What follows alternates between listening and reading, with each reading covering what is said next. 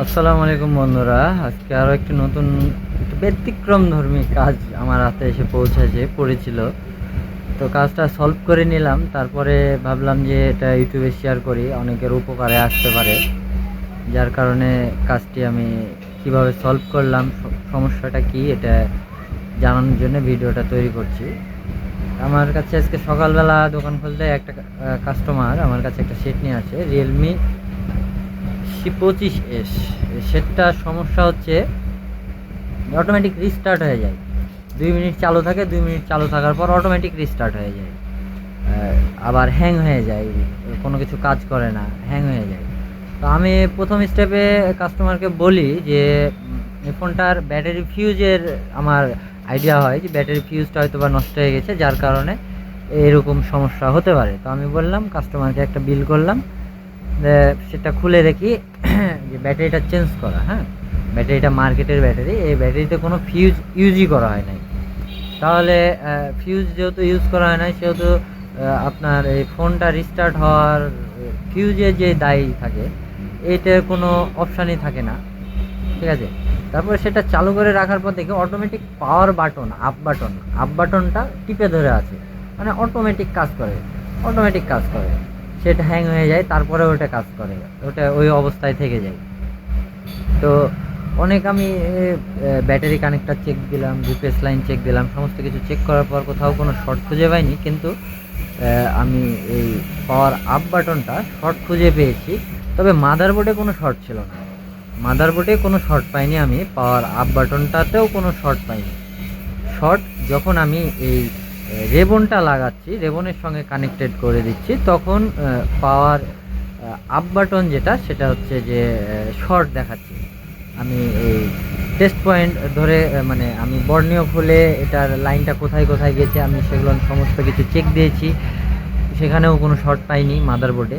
যখনই আমি এই পাতাটার সঙ্গে কানেক্ট করছি, তখনই দেখতেছি যে পাওয়ার আপ বাটনটা শর্ট হয়ে আছে, বিপ বিপ করছে মাল্টিমিটারে। তো আমি সর্বপ্রথমে এটা কল্পনাও করতে পারিনি যে এটার কারণে এই সেটটা অটোমেটিক রিস্টার্ট হবে বা হ্যাং অবস্থায় চলে যাবে। যে এখন আপনারা দেখতে পাচ্ছেন ভিডিওটা করতেছি, ফোন কিন্তু এতক্ষণ রানিং রয়েছে এবং ঠিকঠাকভাবে কাজ করছে। তো আমি প্রথম স্টেপে ভাবতে পারিনি যে এটা চেঞ্জ করলে আমার এই সমস্যাটি, এত বড় সমস্যাটি সমাধান হয়ে যাবে। অনেকে এরকম সমস্যা আসলে সিপিইউ এর সমস্যা ভাবতে পারে, আমরা পাওয়ার আইসির সমস্যা ভাবতে পারি, বা ডাব্লিউটিআর এই সমস্ত কোনো সেকশন যদি শর্ট থাকে, সেক্ষেত্রেও কিন্তু সেটা অটো রিস্টার্ট বা যে কোনো অন্য কোনো সমস্যা হতে পারে। এই সমস্যাটা যে হবে, এটা আমরা কখনো কল্পনাও করতে পারি না। আমি কখনো কল্পনাও করতে পারিনি যে এটাতে আমার এই সমস্যাটি সমাধান হয়ে যাবে। তো আমি ফার্স্ট অফ অল যে কাজটি করি, আমি এই বাটনটি আগে রিমুভ করে দিই। পুরনো যে বাটনটি ছিল, সে বাটনটি আমি রিমুভ করে দিয়ে দেখি, সন্দেহবশত আমার সন্দেহ হলো, আমি এখানে যেহেতু শর্ট পেয়েছি, এটা যখন অটোমেটিক কাজ করছে, তখন আমি সন্দেহবশত এই পাওয়ার বাটনটি তুলে রেখেছি। তুলে রেখার পরে আমি সেটটি অন করে যখন 5 মিনিট রেখে দেই, তখন দেখি সেটটা আর হ্যাং হয় না, সেটা আর আপনার অটো রিস্টার্ট মোডেও যায় না, অটো রিস্টার্টও নেয় না। তো আমি কনফার্ম হয়ে গেলাম, আমার সমাধানটা আমি পেয়ে গেছি। তো আমি আর একটি নতুন একটা সুইচ লাগিয়ে দিয়েছি কাস্টমারকে, এবং কাস্টমারকে এখন কাজটি আমি ডেলিভারি দিয়ে দেবো। কাস্টমারের কাছ থেকে আমি সময় চেয়ে নিয়েছি, যেহেতু ফিউজে হয়নি, সেহেতু আমাকে প্রবলেমটা কোথায় হয়েছে এটা ফাইন্ড আউট করতে, আমার ডায়াগনস্টিক করতে সময় লাগবে, যার কারণে আমি কাস্টমারের কাছ থেকে সময় চেয়ে নিয়েছি। তো এই সমস্যাটি যখন সমাধান হয়ে যায়, কাজের ভিডিওটি আমি করিনি, কারণ কোথায় সমস্যা এটা আগে ফাইন্ড আউট করা আমার জন্য জরুরি ছিল।